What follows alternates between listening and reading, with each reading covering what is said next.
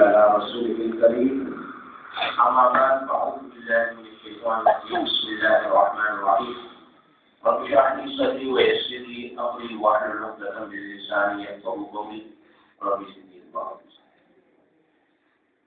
اس میں پارے کا خلاصہ تفصیل ہے اور اس میں پارے کے آخر میں ان انبیاء کا تذکرہ ہو چکا ہے جنہیں اللہ نے ایک بستی والوں کی ہدایت کے لیے بھیجا، مگر وہ ہدایت کی راہ پر چلنے پر آمادہ نہ ہوئی. جب بستی والوں نے تینوں انبیاء کو جھٹلایا تو بستی والوں میں سے ایک شخص جس کا نام مفسرین نے حبیب نجار لکھا ہے، وہ دوڑتا ہوا آیا تاکہ انبیاء کو ضرر پہنچانے کی صورت میں اپنی قوم کو اللہ کے عذاب سے ڈرائے اور انہیں انبیاء کی اتباع کی تلقین کرے.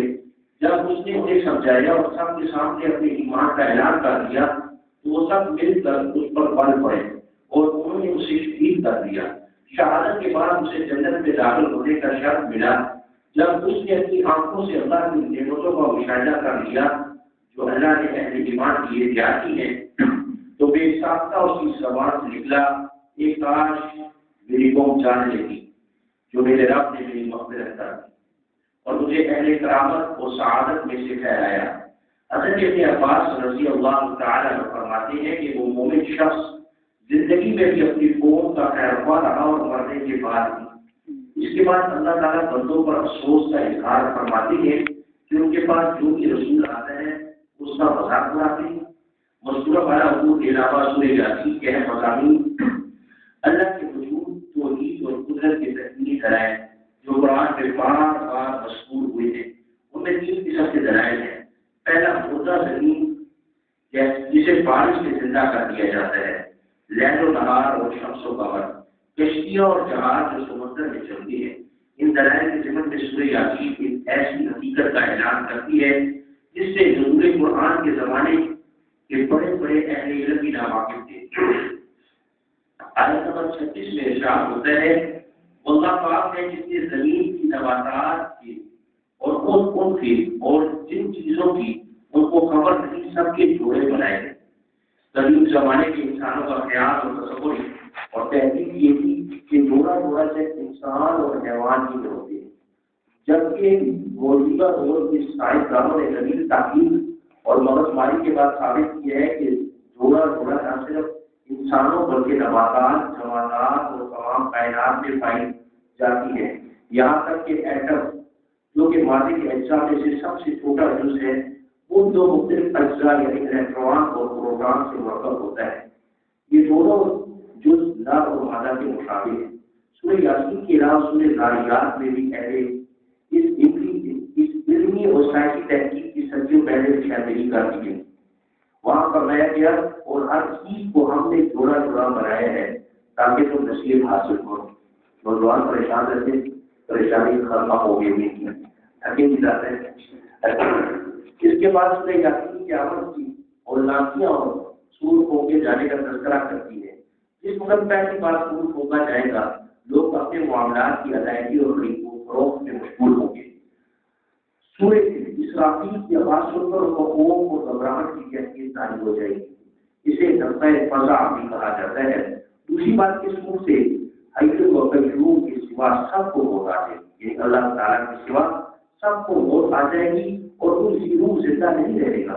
تیسری بات جب سور پھونکا جائے گا تو سب پروں سے چیخ اٹھے گی اور حاکم حقیقی کے سامنے پیش ہو جائے گی. وہاں کسی پر ظلم نہیں ہوگا. مومنین متقین کو جنت اور جنت کی نعمتوں سے نوازا جائے گا، جبکہ مشرک جو کہ دنیا میں صلحاء کے ساتھ ملے جلے رہتے تھے انہیں الگ کر دیا جائے گا. پھر ان کے منہ پر مہر لگا دی جائے گی اور ان کے آزاد کے خلاف گواہی دی.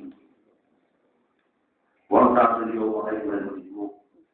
تعالیٰ کیونکہ اس صورت میں زیادہ تر بحث بادل موت کے حوالے سے ہے، اس لیے اس کا اختتام بھی اسی پر ہو رہا ہے. فرمایا گیا کہ آپ وہ ذات جس نے آسمانوں اور زمین کو پیدا کیا وہ اس پر قادر نہیں کہ ان جیسے پیدا کر دے؟ کیوں نہیں؟ وہی ہے وہ پیدا کرنے والا اور علم رکھنے والا.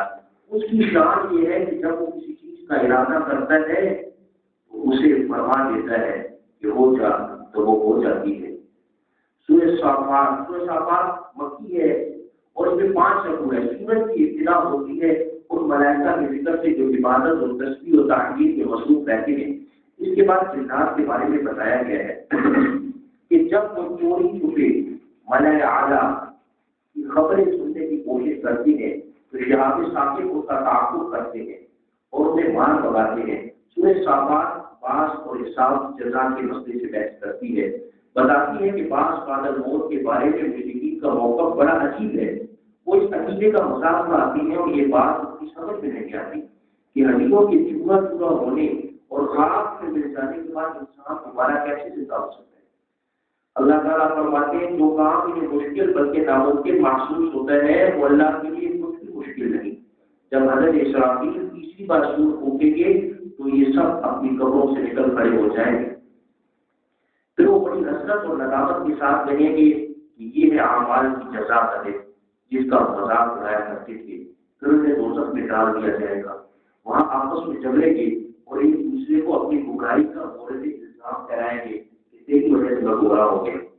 دوستیوں کی بات لام بات کے علاوہ یہ سورج جنتیوں کا آپس میں مقابلہ بھی ہم کو سناتی ہے کہ جب انہیں ایک طرح کی ہر طرح کی نعمتوں سے نہال کر دیا جائے گا اور عزت و راحت کے تخت پر شہزادوں سے کروڑوں گنا زیادہ خوش بیٹھے ہوں گے تو اپنے ماضی کو یاد کرے گی۔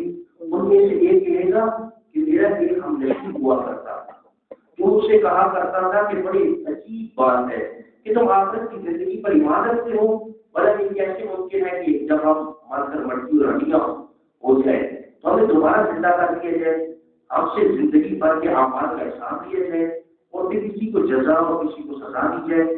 یہ باتیں میری سمجھ میں نہیں آتی، نہ جانے تم کیوں ایسی خلاف عقل باتوں پر یقین رکھتے ہو۔ پھر وہ اپنے ساتھیوں سے پوچھے گا کیا تم اسے دیکھنا چاہتے ہو؟ اتنے میں خود جانچ کر دیکھے گا تو اپنے اس عقل پرست اور منکر آخرت دوست کو دوزخ کے وقت میں جلتا ہوا دیکھے گا، اس سے کہے گا اللہ کی قسم تو مجھے ہلاک کر چکا تھا اور اگر میرے پروردگار کی مہربانی نہ ہوتی تو میں بھی ان میں ہوتا جو عذاب میں حاضر کیے گئے ہیں۔ اس کے بعد یہ سورت انبیاء علیہ السلام کی قصص سے بحث کرتی ہے۔ ان میں پہلا قصہ شیخ الانبیاء حضرت نوح علیہ السلام کا ہے جن کی قوم نے انہیں جھٹلایا اور جھٹلانے والوں کو غرق کر دیا گیا۔ دوسرا قصہ حضرت ابراہیم علیہ السلام کا ہے کہ دو مرحلوں میں بیان ہوا۔ پہلے مرحلے میں ان کی دعوت توحید کا بیان ہے کہ انہوں نے اپنے والد اور اپنی قوم کو کیسے ایمان کی دعوت دی، کیسے ان کے سالانہ جشن میں شرکت سے معذوری ظاہر کی، کیسے ان کے بتوں سے دو ہاتھ کیے، مشرکوں نے انہیں زندہ چلانے کے لیے کیا کیا تدابیر اختیار کی اور کیسے اللہ تعالیٰ نے انہیں بچا لیا۔ دوسرے مرحلے میں ذبح و فدا والا مشہور واقعہ بیان ہوا۔ یہ واقعہ سے سورہ صافات کی جو مذکور ہے، باوجود کہ قرآن کریم میں متعدد مقامات پر حضرت خلیل علیہ السلام کا ذکر آیا ہے، لیکن واقعہ صافات کے علاوہ کسی دوسری صورت میں مذکور ہے۔ کیونکہ حضرت ابراہیم علیہ السلام کی پوری زندگی اللہ کی رضا کی خاطر ابتلاؤں اور آزمائشوں میں گزری، لیکن یہ ابتلاؤں سے زیادہ مشکل تھی۔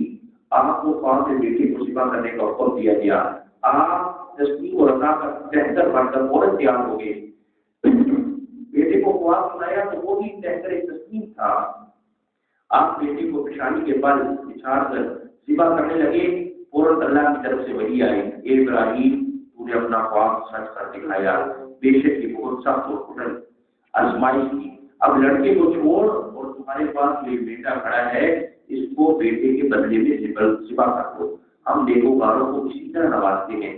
تیسرا واقعہ حضرت موسیٰ اور حضرت ہارون علیہ السلام کا ہے۔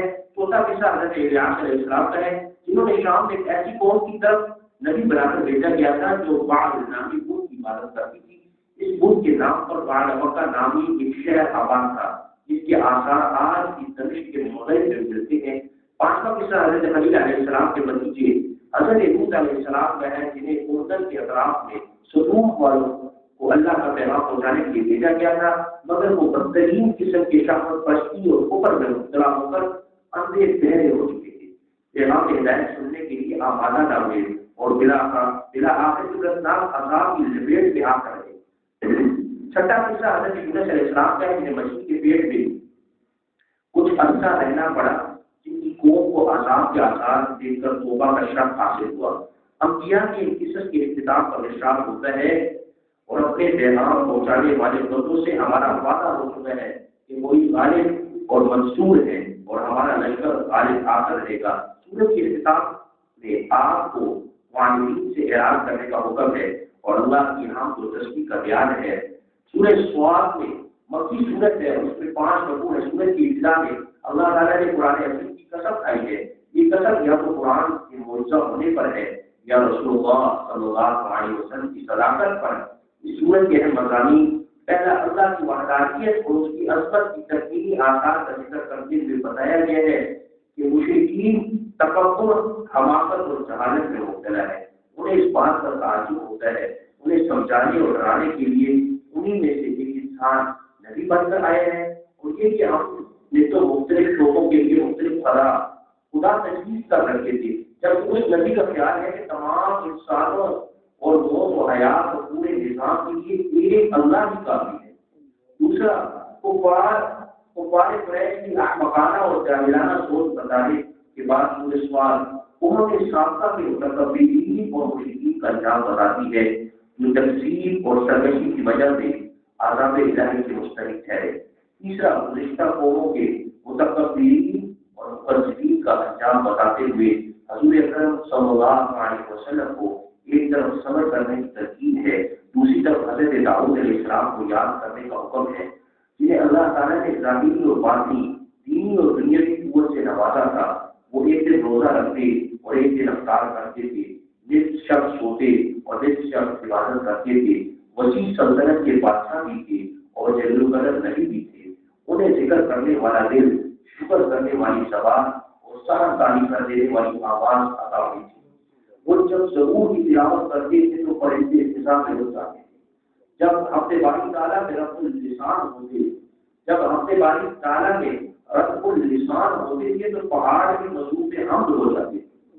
حضرت داؤد علیہ السلام کے ساتھ ساتھ ان کی بیٹی حضرت سلیمان علیہ السلام کا بھی ذکر خیر کیا گیا ہے۔ ان کی سلطنت وسائل اسباب کے اعتبار سے اپنے والد کی سلطنت سے زیادہ شان و شوکت کی حامل تھی۔ ان کے لیے ہوا اور جنات مسخر کر دیے گئے تھے۔ چوتھی بات، سورہ صاد میں تیسرا حصہ حضرت ایوب علیہ السلام کا بیان ہوا ہے۔ وہ حضرت یعقوب علیہ السلام کی نسل سے تھے۔ ان کے پاس ثروت و غنا کی محتاج تھی، باغات اور رویریاں تھی، زرعی زمینیں تھی، جانور تھے، نوکر چاکر اور کئی بیٹے تھے۔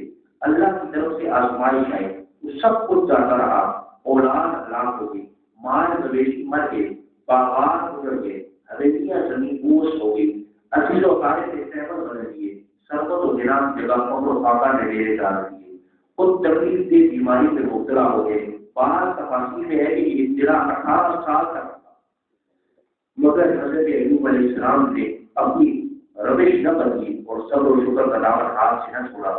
بلا کر آسمائش کا دور ختم ہوا اور اللہ نے پہلے سے زیادہ نواز دیا۔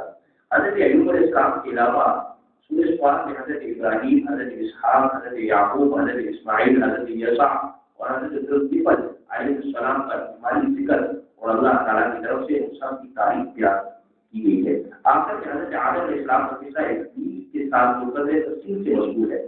سورۃ کے اختتام پر اللہ تعالیٰ نے اپنے نبی کو حکم دیا کہ آپ اپنی دعوت کی حقیقت اور مقصد بیان کروا دیں۔ اے پیغمبر، کہہ دو کہ میں تم سے اس کا صلہ نہیں مانگتا اور نہ میں بلاوٹ کرنے والوں میں ہوں۔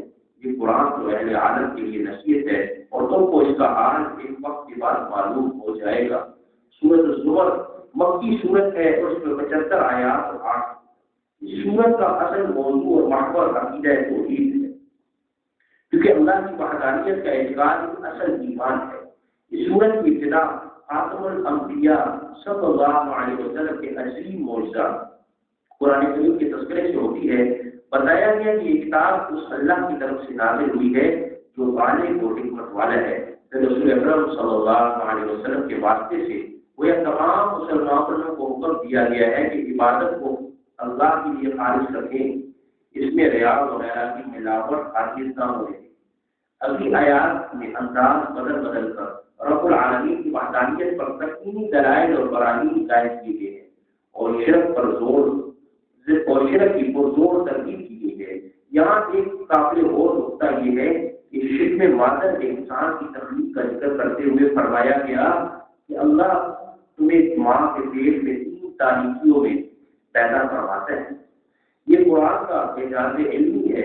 وہ ایک ایسی طبی حقیقت کا صدیوں پہلے اعلان کر چکا ہے جس حقیقت کا مقدمہ اور ڈاکٹروں کو 20ویں صدی میں علم ہوا. ڈاکٹر حضرات کہتے ہیں کہ بظاہر دیکھنے میں وہ ایک ہی پردہ معلوم ہوتا ہے جس کو جس میں جنین رہ رہا ہوتا ہے، لیکن حقیقت میں وہ 3 پردے ہوتے ہیں. قرآن نے 3 پردوں کو 3 تاریکیاں اس لیے قرار دیا کیونکہ وہ پردے بچے کو روشنی سے بچائے رکھتے ہیں. توحید کا اثبات اور شرک کی نفی کرتے ہوئے اللہ تعالیٰ نے موحد اور مشرک کی مثال بیان کی ہے. مشرک کی مثال اس غلام جیسی ہے جس کے کئی شریک ہوں اور مزاج کے اعتبار سے بھی وہ تمام شرکاء ایک دوسرے سے مختلف ہوں، نہ آپس میں اتفاق، نہ محبت اور یگانت. ان میں سے ایک غلام وہ دائیں بیچتا ہے، دوسرا بائیں جانب کا حکم دیتا ہے، ایک کھڑا ہونے کا، دوسرا بیٹھنے کا حکم صادر کرتا ہے. وہ حیران ہے کہ اس کی مانے اور اس کی نہ مانے. اور واحد کی مثال اس غلام جیسی ہے جس کا مالک ایک ہو، اس کی اخلاق بھی اچھی ہو اور اپنے غلام کے جذبات کا بھی لحاظ رکھتا ہو. یقیناً یہ غلام اخلاص کے ساتھ اس کی خدمت کرے گا اور اسے اپنے مالک سے بھلائی اور احسان کی امید رہے گی.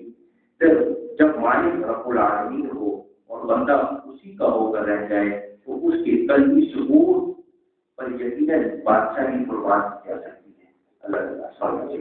اللهم انا نسألك من خير ما سألك منه نبيك محمد صلى الله عليه وسلم ونعوذ بك من شر ما استعاذك نبيك محمد صلى الله عليه وسلم وأنت المستعان وأنت البلاغ ولا حول ولا قوة إلا بالله. وصلى الله تعالى برحمتك يا